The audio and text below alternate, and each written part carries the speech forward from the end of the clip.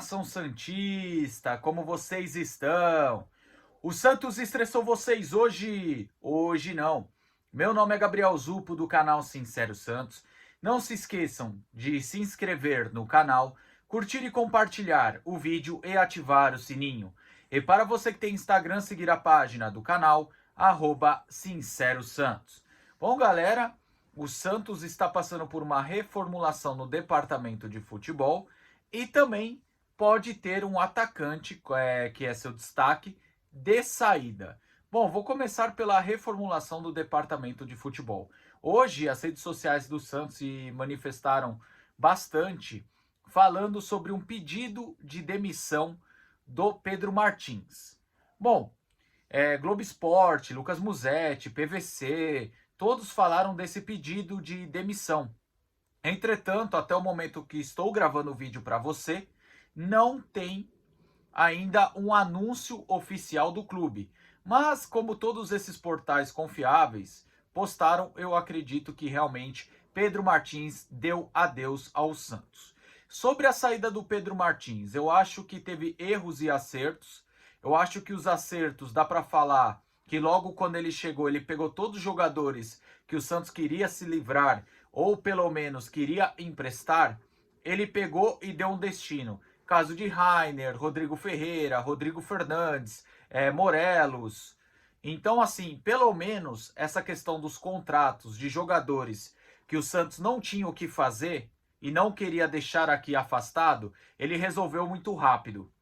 Entretanto, o pior dos problemas ele não resolveu, que era a questão do furte. Outra questão que o Pedro Martins errou é a multa altíssima do Pedro Caixinha.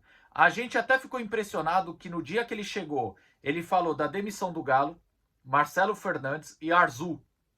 E ao mesmo tempo anunciou Pedro Caixinha. Porém, depois a gente descobriu o porquê o Pedro Martins conseguiu contratar o Pedro Caixinha muito fácil. Também com uma multa de 15 milhões. Quem não aceitaria, né? Quem não viria para o Santos dessa forma? Ainda mais com a fama do Santos de triturar treinadores, né? Então, assim, eu acho que se a gente analisar bem, o Pedro Martins foi bem fraco, tá? Como eu falei, teve alguns acertos, mas no geral foi mais erros e erros grotescos. Por exemplo, abrir uma coletiva, mandar em direta para o Sampaoli. Galera, eu não quero nem falar se o Sampaoli seria boa ou má ideia. Mas assim, o cara, ele tem que ser profissional. Se ele não gosta do Sampaoli, senta com o Marcelo Teixeira no off, fala, eu não gosto dessa ideia. Não trago o Sampaoli. Mas agora, o Pedro Martins fez o quê? Expôs isso numa coletiva. Eu até achei que naquela coletiva dele de 100 dias, ele deveria ser demitido no dia seguinte. Ele expôs algumas situações que eram necessárias, por exemplo, a realidade. O santista, às vezes, ele fica muito preso no passado. Isso é verdade. Eu vejo que tanto o Santos como o rival do Morumbi, os maiores problemas dessas duas equipes é ficar preso em um passado vitorioso. Não que isso seja errado, mas o passado é um motivo para o torcedor se orgulhar e também usar de provocação para um rival. Mas quem está lá dentro tem que se orgulhar dessa história e sempre ir se atualizando. Para quê? Para que essa história aumente. E não que essa história fique parada. Não que essa história comece a ter manchas em alguns capítulos. Como foi o que o Rueda fez com o Santos. É uma mancha. Então, assim, ali ele expôs pontos interessantes, mas ao mesmo tempo ele mostrou que não estava tendo uma boa relação com o Marcelo Teixeira e colocou ele meio que numa cilada. Bom, para mim, o Pedro Martins fez hora extra e o Santos demorou muito em demitir o CEO. Agora, sobre CEO, galera, é importante ter? Cara, a questão não é importante ou não ter o CEO. A questão é ter um profissional competente. Quando o Santos colocou Paulo Brax de CEO, a gente pensou, pô, mais uma pessoa que pode ajudar a administrar o clube, melhorar o clube. Porém, o Santos só trouxe caras medianos para ruins. Então a questão é, vai procurar CEO? Primeiro, isso nem está no estatuto, que é obrigatório. Segundo, que traga alguém competente, não qualquer um. Ok? Bom, continuando sobre essa reformulação do departamento de futebol, uma coisa que eu queria que você levasse em consideração, independente se você acha que o Pedro Martins era horrível, se ele era bom, um dos motivos do pedido de demissão era ele querer atualizar algumas coisas do Santos e o Santos recusar. Então, apesar da gente estar mais feliz do que triste pela saída do Pedro Martins, vamos cobrar e tentar entender que mudanças são essas que ele propôs. Se seria bom para o clube, e os dinossauros que estão lá sugando o Santos não deixaram isso acontecer. E eu não estou nem falando diretamente para o presidente, porque a gente sabe que tem muita gente, além do presidente lá dentro, que se aproveita de algumas situações do Santos para não perder a nossa querida e amada Boquinha, né? Então é isso que a gente tem que analisar. Continuando nessa reformulação do departamento de futebol também, pelo que parece o Guilherme Souza vai continuar e o Santos busca um nome para coordenador de futebol. Era a função que o Alexandre Galo fazia. Muita gente achava que o Galo era CEO. Não, gente. O Galo virou CEO no Botafogo da Paraíba. Aqui ele era mais aquele homem, executivo do futebol, coordenador de futebol. E o Santos tentou recentemente o Luxemburgo. E o Luxemburgo não quis, tá? Agora, a informação que chega para mim, acredito que eu seja a primeira pessoa a falar sobre isso, que o Santos tem interesse em trazer o Fabinho Soldado, que está no rival de Itaquera. O Santos deve tentar alguma negociação com o Fabinho Soldado, porque ele era meio que um braço direito do ex-presidente Augusto, lá do rival.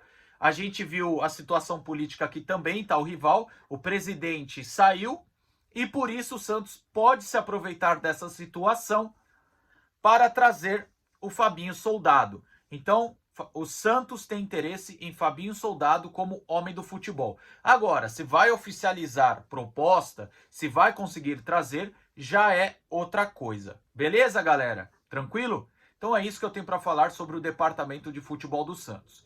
Passando agora para a segunda notícia, ontem o Wagner Frederico, tem que deixar claro, quem trouxe a informação em primeira mão, falou que talvez o Soteldo nunca mais jogue com a camisa do Santos. Isso porque ele está lesionado e a previsão do retorno do Soteldo seria ou contra o Fortaleza, que seria o último jogo antes da parada do Super Mundial, ou após o Super Mundial.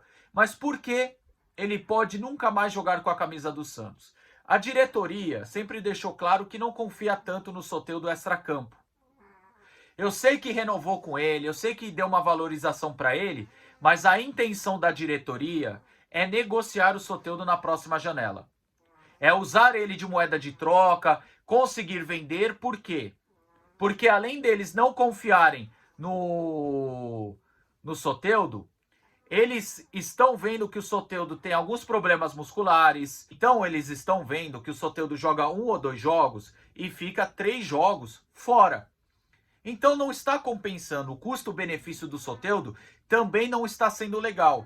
Então o Santos não descarta negociar o Soteldo na abertura dessa janela.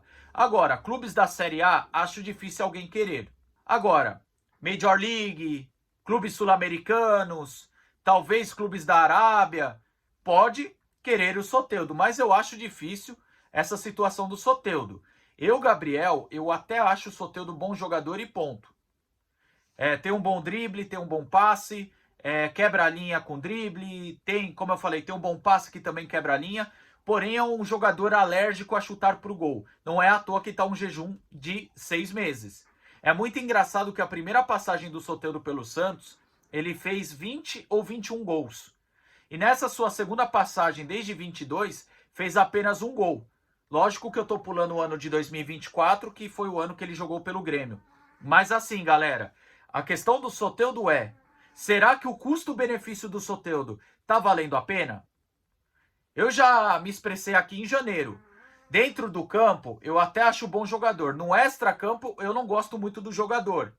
Só que se eu analisar o custo-benefício com os problemas musculares que ele vem demonstrando, com os problemas extra-campo que ele sempre carrega e o fato de ser alérgico a chutar pro gol, eu não sei realmente se tá valendo a pena. Lógico, muitos vão falar, ah, mas ele é melhor que o Guilherme. Concordo. Só que o Guilherme, ele é mais objetivo. O Guilherme, ele é mais efetivo. Ele chuta pro gol. Querendo ou não, por mais que seja limitado tecnicamente, faz um gol ou outro, joga para a equipe. Agora, o Soteldo precisa melhorar muito mais esse quesito da finalização. Ele precisa ter ambição na hora de fazer o gol. Porque se ele pelo menos melhorar o quesito da finalização, aí eu vejo o custo-benefício do Soteldo valer um pouco mais a pena. Hoje, galera, tira o clubismo de lado. Para você que é Soteldete, tira esse fanatismo de lado e pensa. Tá valendo a pena? Que o salário do Soteldo é alto. Para um jogador que não faz gol, para um jogador que tem problemas musculares, né? Então, tem que ser levado isso em consideração, ok? Então, gente, o vídeo é esse aí. Tomara que vocês tenham gostado. Concorda ou discorda de mim? Comente aqui abaixo, tá certo? Tamo junto e sempre Santos!